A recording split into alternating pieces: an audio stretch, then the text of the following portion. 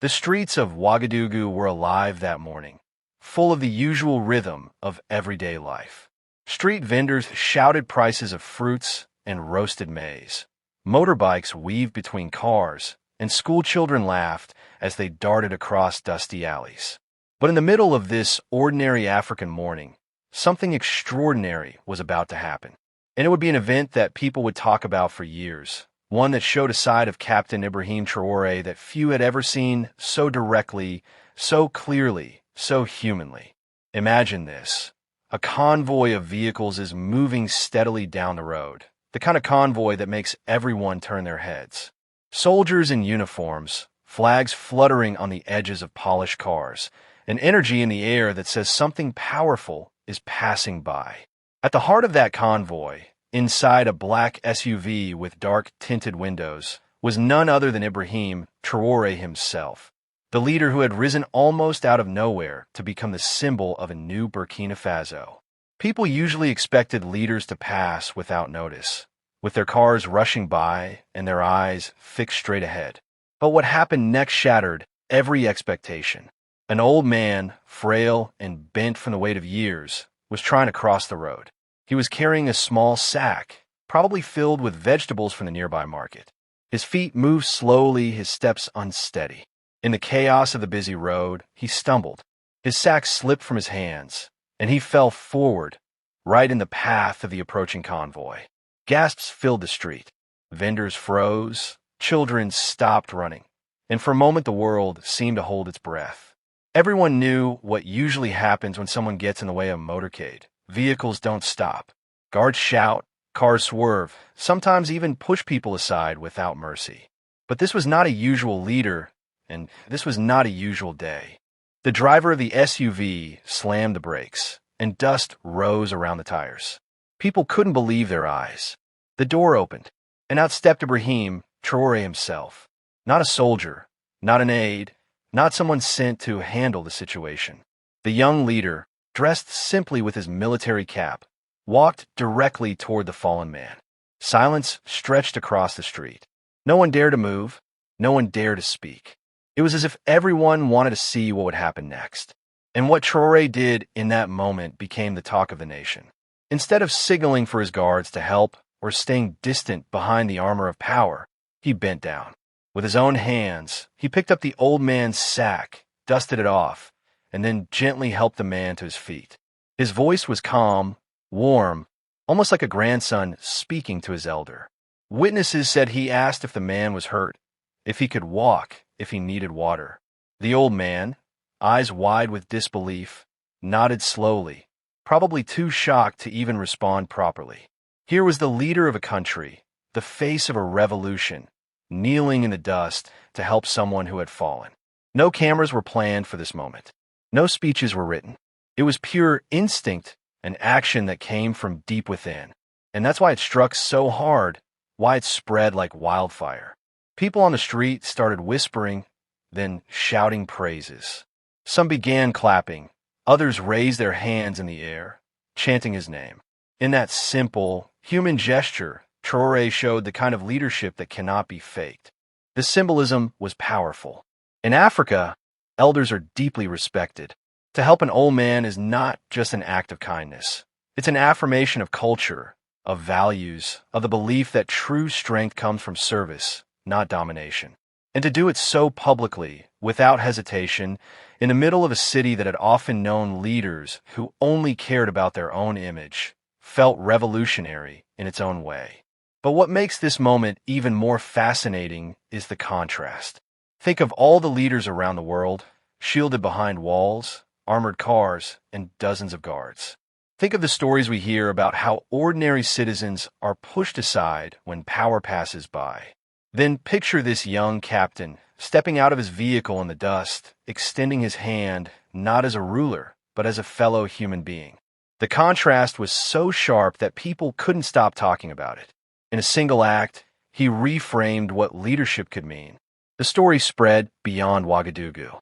By evening, radios were buzzing with the account. Callers phoned in to share what they had seen or heard. Social media lit up with posts and videos from witnesses who had captured the scene on shaky phone cameras. Some wrote, "This is the kind of president Africa needs." Others said, "He is not just a leader, he is one of us." It wasn't just about a man helping another man. It was about the message. Power does not always have to be distant, cold, or untouchable. Power can kneel in the dust. Power can pick up a fallen sack of vegetables. Power can smile at an old man and remind everyone that dignity belongs to all. And yet, behind this inspiring moment was also a lesson about fear and courage. Because let's be honest, stopping a convoy is not without risk. A leader who steps out in public exposes himself. The guards look tense, scanning the crowd, their hands hovering over weapons. But Traoré didn't seem worried. He acted as if helping the man was more important than any protocol. That choice itself spoke volumes. Courage is not just about standing up to enemies. It's about showing humanity even when it's inconvenient, even when it might be dangerous. The old man, finally steady on his feet, clutched his sack and looked at Traoré as if he were seeing a vision. Witnesses say tears filled his eyes. Maybe it wasn't just the fall. Maybe it was the realization that someone so powerful had treated him with such respect, at a time when he probably expected to be ignored or even scolded. The man whispered blessings, calling him a son, calling him a protector.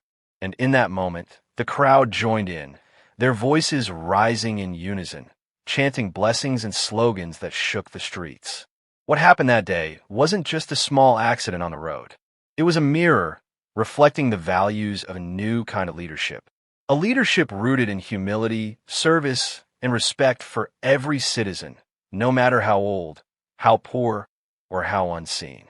For a country like Burkina Faso, where trust in leaders have been broken so many times, this act felt like a healing balm. It restored something. It gave hope.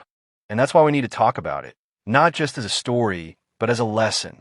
Because in a world where so many leaders chase luxury and power, sometimes the unthinkable thing is to simply be human. The story of that moment didn't just end on the streets of Ouagadougou. It began to ripple outward, touching conversations in markets, in schools, in homes, and even in distant villages where people had only heard about Traoré through radio broadcasts or passing news. Word of mouth in Africa travels fast, but this time it carried more than just gossip. It carried a sense of pride, a sense that something remarkable had taken place, something that could redefine how people imagine leadership. For days afterward, people retold the story with their own flavor. Some exaggerated, saying the old man had nearly been run over, and Traoré had saved him from death. Others kept it simple. He helped, and that was enough. But in every version, one detail stayed constant. Traoré himself had stepped out, alone, unprompted, and reached down with his own hands. That image became a kind of symbol, etched into the minds of those who witnessed it directly and those who only heard about it. It is fascinating to consider why this particular event struck such a chord. After all, isn't helping someone who falls down something any decent person should do? And yet the fact that it was a leader, a young revolutionary leader, doing it changed everything. The reason is simple: expectations. People have been conditioned for years to expect leaders to be untouchable, surrounded by barriers of power, wealth, and privilege. They expected arrogance, not humility. They expected indifference, not care. And when Traoré broke that expectation, it wasn't just surprising, it was inspiring. Contrast is a powerful force. It grabs attention and shakes people awake. Imagine someone who is used to living in darkness suddenly seeing a burst of light. That's what this act felt like. It wasn't only that Traoré helped. It was that he helped in a world where leaders usually don't. That's why the moment became larger than life. That's why it was retold again and again, each time with more passion, more admiration. And then came the deeper conversations. People started asking, what does this say about Traoré as a man? What does it reveal about the kind of future he envisions for Burkina Faso? Some argued that it was just instinct, a human reaction, and nothing more. But others, the majority, insisted that it showed his true character, that behind the military uniform and the revolutionary speeches was a man who remembered what it meant to be human, to be one with the people. There was also something generational about it. Older citizens remembered times when leaders walked among them, when politics was not so distant. Younger citizens, who had grown up in an era of corruption and broken promises, felt as if they were witnessing something rare, almost unbelievable. Maybe this time it's different, they whispered. Maybe this leader will not forget us. This feeling of closeness created a kind of emotional bond. People began to see Traoré not only as a figure of authority, but as someone who could embody their struggles and hopes. And in politics, that emotional bond is more powerful than any speech or slogan. It's what creates loyalty, what inspires sacrifice, what unites people in a common vision. Leaders can build roads and schools, but if they don't touch hearts, their work doesn't last. By helping that old man, Traoré had touched hearts across a nation. Yet, the event also sparked debates. Critics, as they always do, raised questions. Was it staged? Was it a performance designed to win popularity? Could a leader really be that humble? These questions circulated, especially among those who didn't trust any politician. But the witnesses pushed back.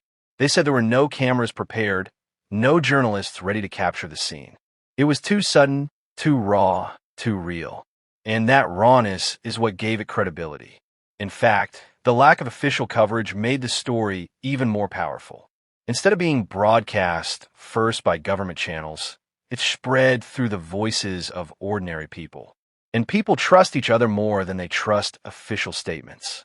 The authenticity of the act was preserved because it belonged to the people, not to propaganda. This incident also connected deeply with African values. In many cultures across the continent, elders are seen as living libraries, carriers of wisdom and tradition. To dishonor them is to dishonor the community itself. By kneeling to help the old man, Traoré wasn't just being kind, he was aligning himself with cultural values that matter profoundly to his people.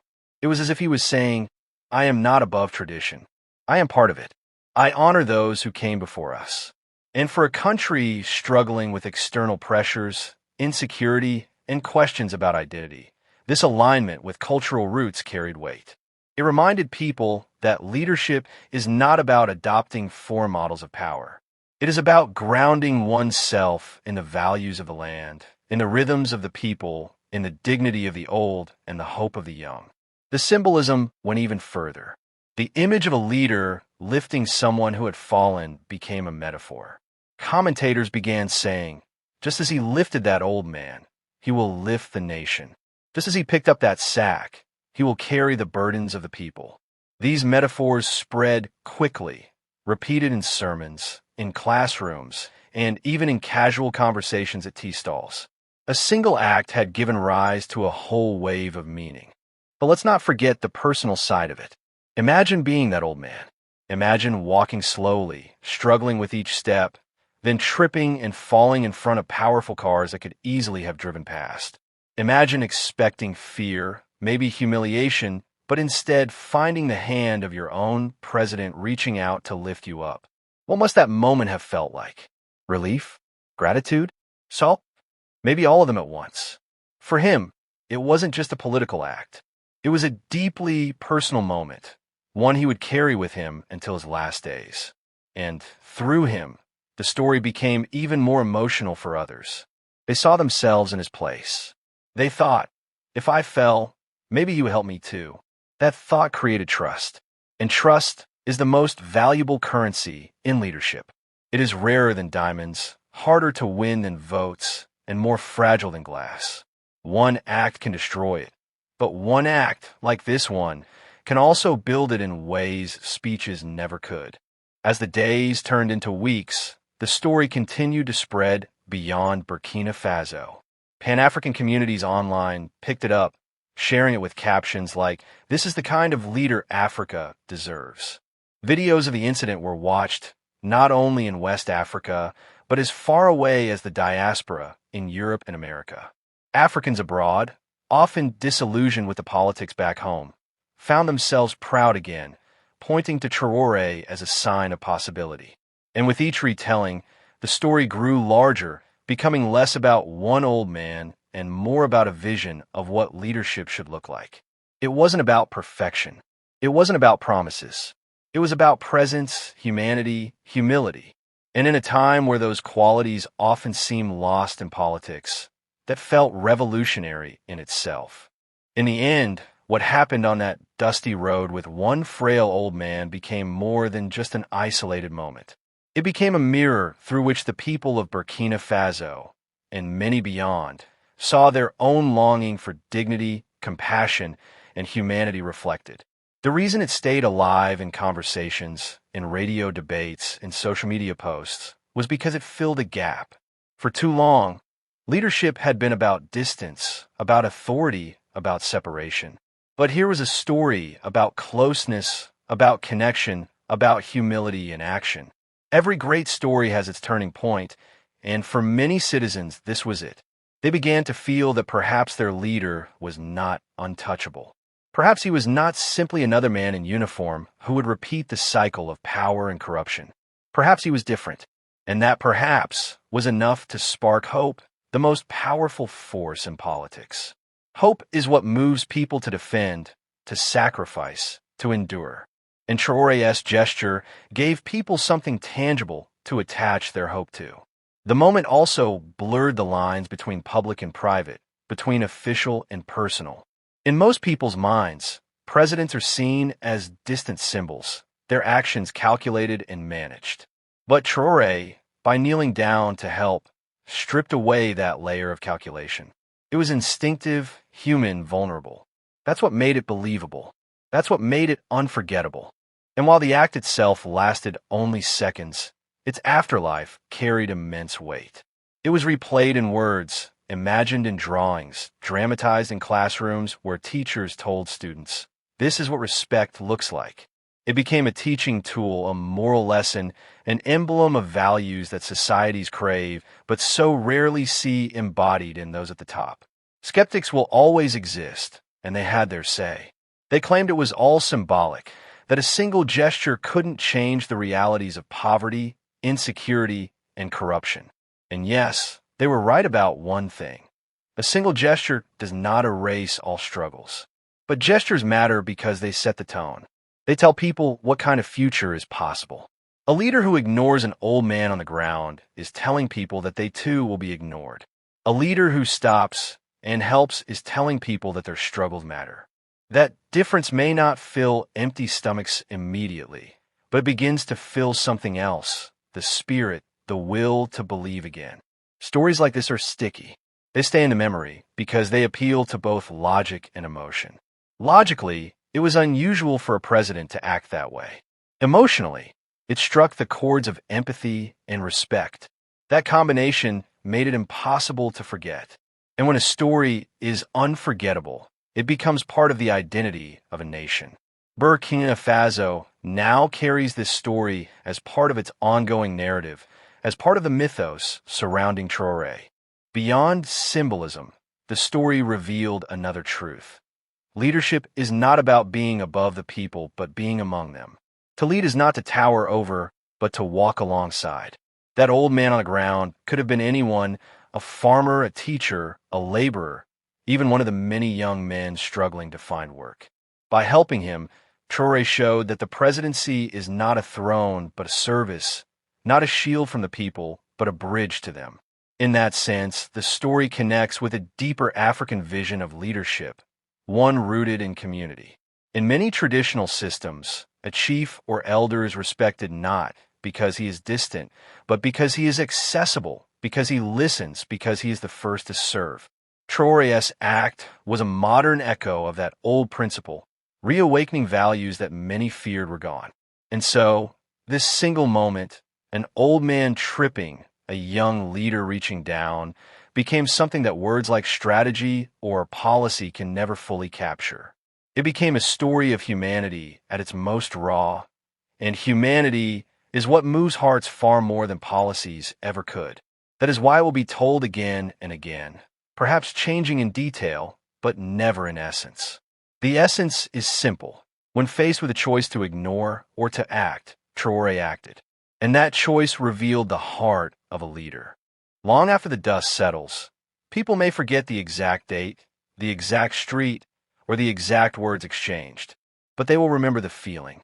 They will remember the sight of a leader bending low to lift someone up. They will remember that for once, power did not mean arrogance, but compassion. And in remembering, they will continue to hold onto the hope that perhaps this time, things truly can be different. Because sometimes history doesn't change in conference halls or battlefields. Sometimes it changes in the smallest of gestures, like a hand reaching out to help an old man rise again.